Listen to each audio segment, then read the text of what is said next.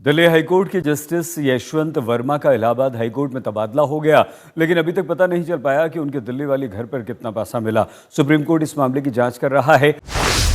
तब जो उन कमरों में मिला वो होश उड़ाने वाला था। नोटों के बंडल, कैश के भंडार कई सवाल खड़े कर रहे थे।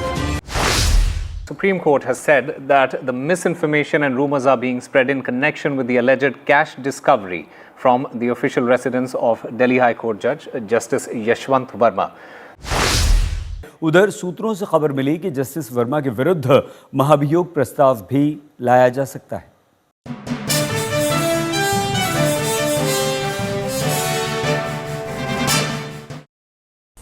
दोस्तों नमस्कार, स्वागत है आपका आज के कार्यक्रम में।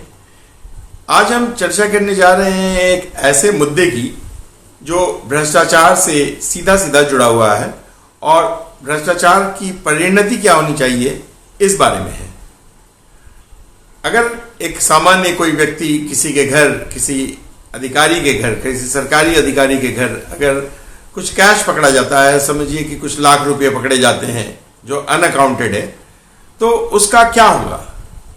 उसे एंटी करप्शन के जो लोग हैं वो पकड़ लेते हैं, उन्हें पेश करते हैं अदालत में, जहां न्यायाधीश उसको फैसला सुनाते हैं कि क्या उसकी सजा क्या होनी चाहिए। लेकिन अगर न्यायाधीश खुद कैश के साथ धरे जाएं, पकड़े नहीं जाएं, मतलब उनके पास अगर कैश मिले, अनअकाउंटेड कैश, तो उसका क्या होगा? ऐसा ही कुछ हुआ है दिल्ली में, जहां दिल्ली उच्च न्यायालय के एक बहुत ऑनर्ड और दूसरे नंबर के सबसे बड़े न्यायाधीश जस्टिस यशवंत वर्मा के यहाँ करोड़ों रुपए एक पूरा कमरा मिला जो नोटों से भरा हुआ था, ऐसा कहा जाता है। अब वो क्यों कहा जाता है मैं ये भी बताऊंगा। हर जगह मीडिया में है चर्चा, लेकिन अभी तक इसकी आधिकारिक पुष्टि नहीं हुई है, क्योंकि जिसने कैश देखा और जिसने शुरू में, मतलब जिसके कारण शुरू में हल्ला मचा, वो सारा अब लिपापोती की तैयारी है उस पर।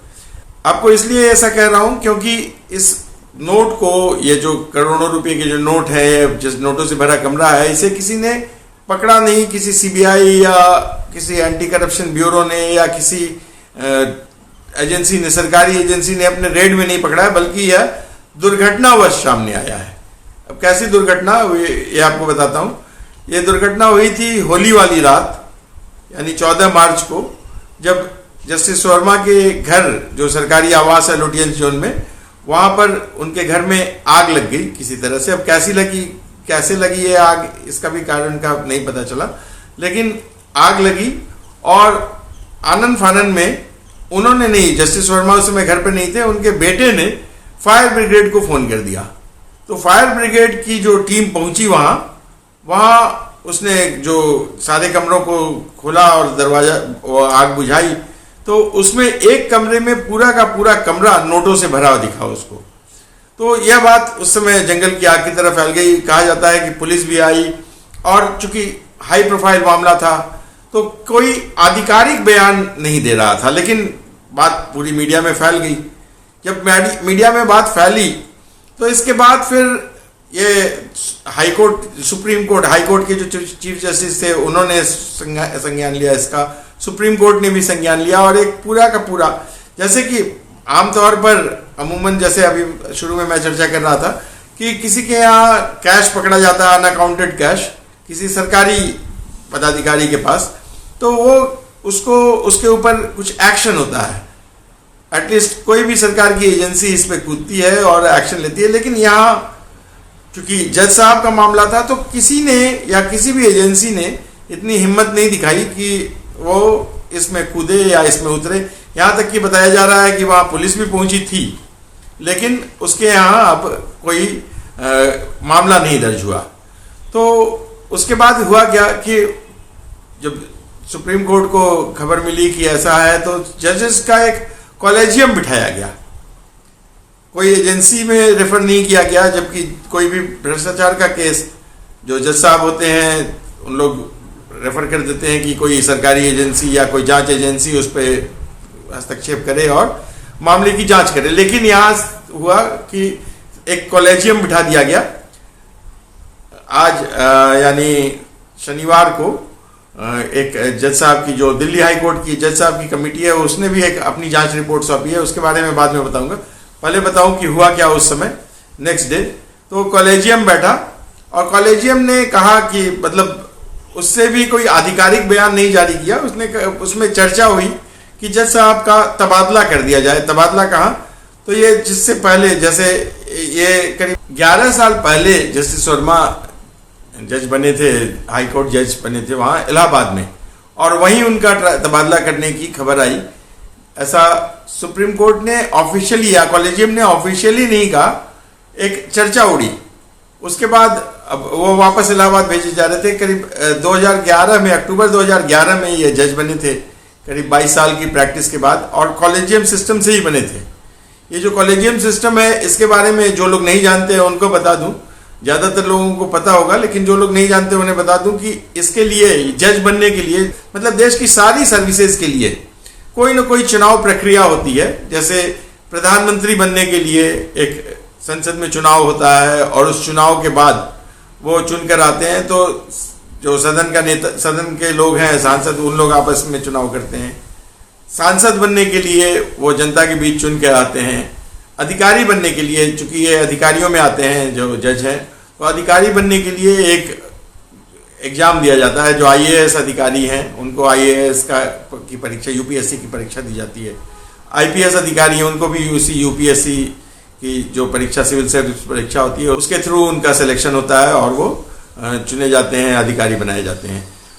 तो राज्य में जो जजेस होते हैं, उन मतलब राज्यों के जो निचली अदालतों में जो जज होते हैं, उनका भी चुनाव जो है वो एक लिखित परीक्षा के द्वारा होता है। लेकिन ये जो कॉलेजियम सिस्टम है, जो सुप्रीम कोर्ट और हाई कोर्ट के जो जज होते हैं, जो बड़े जज कहे जाते हैं, जस्टिस कहे जाते हैं जिन्हें, जो जजों से, सारे जजों से ऊपर होते हैं, वो जस्टिस होते हैं।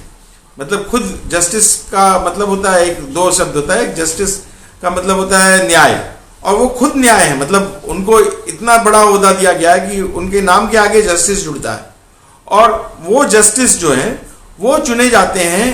कॉलेजियम एक होता है, कुछ लोगों की टीम है, कुछ जजों की टीम है जो ये डिसाइड करती है, जो कि हम लोगों में से, अब जैसे आपने देखा होगा, अभी इसमें भाई भतीजावाद भी जमकर होता है। एक पुराने जज के भतीजे को चुना गया जज, फिर किसी जज के भांजे को चुना गया, तो किसी जज के रिश्तेदार को। तो ये कुछ लोगों की टीम है, करीब 150-200 जज हैं जो आपस में मिलजुल कर डिसाइड करते हैं कि अगला हाईकोर्ट जज कौन बनेगा। तो उसी सिस्टम के तहत जस्टिस वर्मा का पुराना इतिहास मुझे नहीं पता है। जस्टिस वर्मा क्या किस बैकग्राउंड से आते हैं वो अभी हो सकता है मीडिया में सामने आए उनके रिसर्च के बाद, लेकिन उन्हें सन 2011 में, अक्टूबर 2011 में इसी कॉलेजियम ने चुना था कि उनको जज बनाया जाएगा। तो जज बनाए गए, वो हाईकोर्ट के जज बनाए गए, और उसके बाद उन्हें फिर वहाँ पहले इलाहाबाद हाईकोर्ट में अगले साल 2 साल बाद वो कंफर्म हुए 2016 में, और उसके बाद फिर उनको कुछ साल के बाद वहाँ दिल्ली हाईकोर्ट भेज दिया गया। दिल्ली हाईकोर्ट में वह बहुत सीनियर जज थे और दूसरे नंबर के जज माने जा रहे थे, और उनको GST, सेल टैक्स आदि मुद्दों का जो बड़े केसेस आते थे उनकी सुनवाई करते थे वो। और ये जो अभी कहा जा रहा है जो पैसा अगर है तो ये पैसा इसी तरह के जो करप्शन से जुड़े मुद्दे थे उनसे उनके यहाँ पहुंचा होगा कैश। ऐसा इसलिए अभी होगा बताया जा रहा है क्योंकि इसकी कोई कंफर्मेशन नहीं आई है। यहाँ तक कि फायर ब्रिगेड ने जिसके जो फायर ब्रिगेड के जो कर्मचारी जिन्होंने शुरू में बताया था कि ये कैश मिला है, पूरा कमरा कैश से भरा हुआ मिला है, लेकिन अब फायर ब्रिगेड ने आधिकारिक तौर पर कह दिया है कि कोई कैश नहीं मिला है। दिल्ली पुलिस जो टीम वहां पहुंची थी, शुरू में उसके कुछ लोगों ने कहा था, कुछ पत्रकारों के खबर लीक हुई थी कि कुछ कैश मिला है, लेकिन अब कोई कैश की बात नहीं कर रहा है। अब आते हैं कार्रवाई पर। तो जो कार्रवाई हुई वो शुरू में, मतलब इतना बड़ा करप्शन चार्जेस है लगा, तो सुप्रीम कोर्ट को अपनी या जजेस को अपनी जो निष्पक्षता दिखाने के लिए कि ये दाग मुक्त हैं, ऐसा ये खासकर ये प्रणाली दाग मुक्त है, ये दिखाने के लिए इसको चाहिए था कि कोई इस पर जज पर कार्रवाई हो, लेकिन वो भी नहीं हो सकती है। कैसे नहीं हो सकती है वो भी बताऊंगा आपको। लेकिन फिलहाल हुआ क्या कि इन्होंने कॉलेजियम बिठाया और कॉलेजियम में चर्चा हुई कि इनका तबादला वापस इलाहाबाद हाई कोर्ट कर दिया जाए। इलाहाबाद हाई कोर्ट जो पहले देश का सुप्रीम कोर्ट वही हुआ करता था जब अंग्रेजों के ज़माने में, तो वो भी बहुत बड़ा कोर्ट है। अब जब हाई कोर्ट सिस्टम आया, सुप्रीम कोर्ट सिस्टम आया, तो इलाहाबाद हाई कोर्ट एक उत्तर प्रदेश का कोर्ट बनकर रह गया, तो उत्तर प्रदेश का हाई कोर्ट। तो वहाँ के जो बार काउंसिल के जो लोग हैं, वहाँ बार काउंसिल के नेता हैं, वो बिल्कुल भड़क गए कि भाई कैसे हमारे यहाँ भेज दीजिएगा किसी दागी व्यक्ति को, जो दागदार व्यक्ति है, जो इतना कमा चुका है, जिस पर ओपन करप्शन के चार्जेस हैं, उन्हें आप सजा के तौर पर ऐसी जगह भेज दीजिए जहाँ ऑलरेडी और कोई ना कोई फैसला तो करेंगे ही वहाँ जाएंगे तो वो फैसला क्या भ्रष्टाचार से मुक्त होगा, इस बात पर लोग वहाँ भड़के। अब आपको बताते हैं कि क्यों इन पर कोई कार्रवाई नहीं हो सकती है। क्योंकि हाईकोर्ट जजेस को सीधे तौर पर हटाया भी नहीं जा सकता है, सस्पेंड भी नहीं किया जा सकता है। हाईकोर्ट जजेस को या सुप्रीम कोर्ट के जजेस को हटाने के लिए, जो भी जस्टिस बन जाते हैं उनको हटाने के लिए एक बहुत बड़ी प्रक्रिया है, उसे महाभियोग कहते हैं, जो भारत में अभी तक 1 या 2 बार ही इस्तेमाल किया गया है। और वो महाभियोग जजेस के करप्शन की चर्चे बहुत कॉमन है, मतलब हर कुछ दिन पर चर्चा उठती है कि फला जज करोड़ों कमा चुके, फला जज अपने पैसे इन्वेस्ट करने के लिए कहाँ कहाँ घूम रहे थे। ऐसा कई बार चर्चा में आई कि वो जज, और हर एक जज जो भी बनते हैं, और सुप्रीम कोर्ट ने तो इस बार करीब 2-3 साल पहले इसके बारे में कहा था कि आप अपने जो सारे जज हैं वो अपनी अपनी संपत्तियों के बारे में बताएं।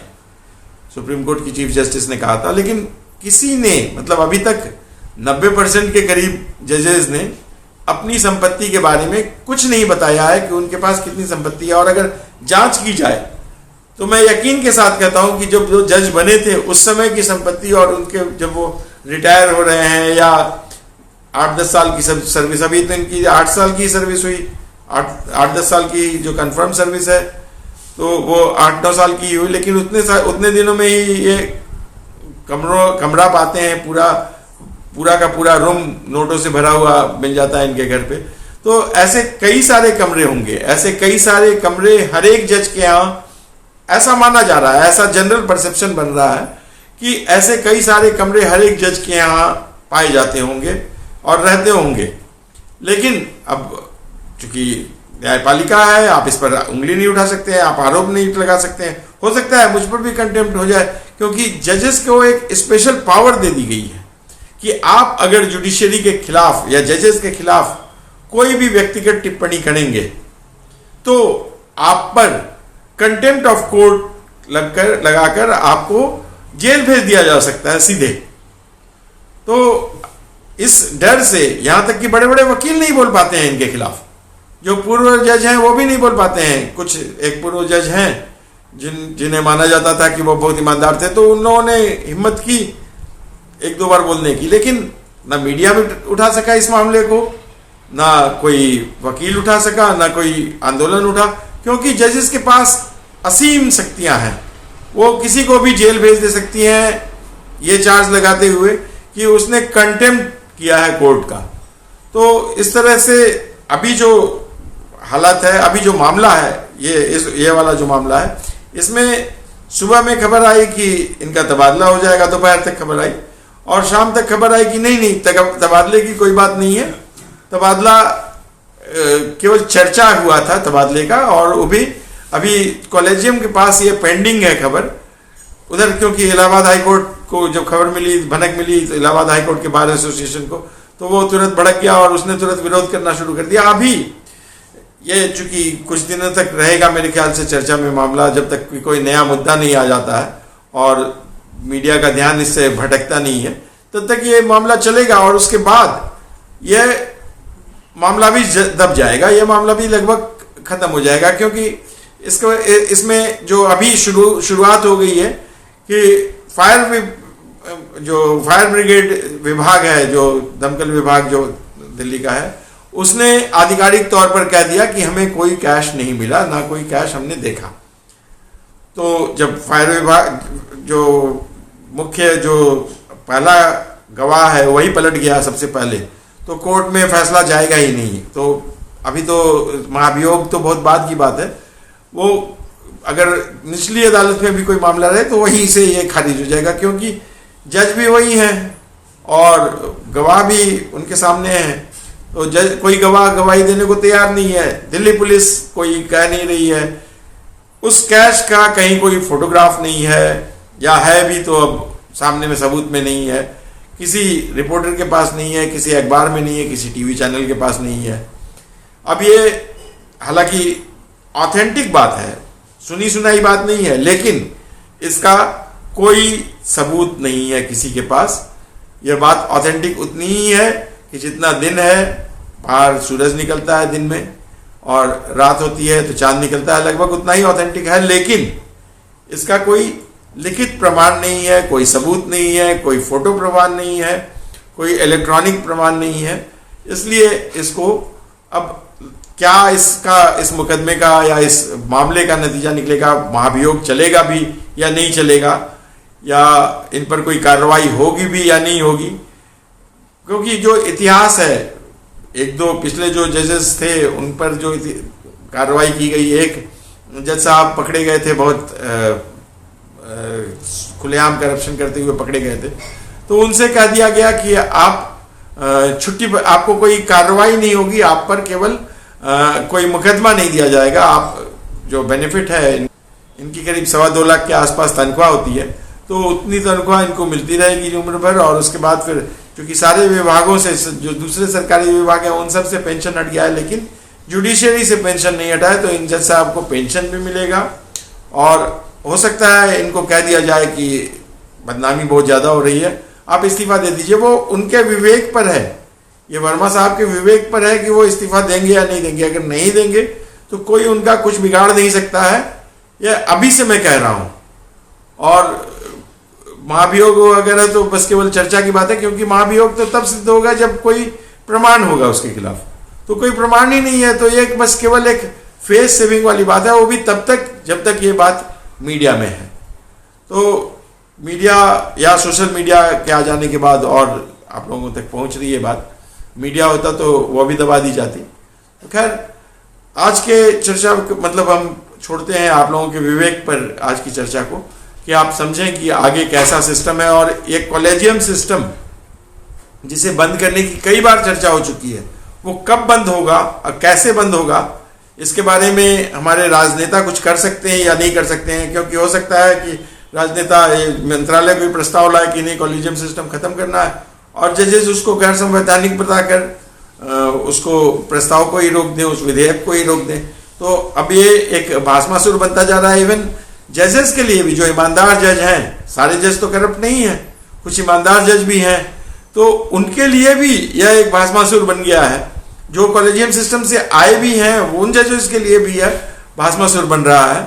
और यह कब खत्म होगा यह आने वाला वक्त तय करेगा। आपके विवेक पर है कि आप इस मामले को किस तरह से, किस नजरिए से देखते हैं। आज के वीडियो में इतना ही। अगले वीडियो में फिर किसी अलग मुद्दे के साथ आपके सामने उपस्थित होंगे। तब तक के लिए इजाजत। धन्यवाद। नमस्कार। जय श्री राम।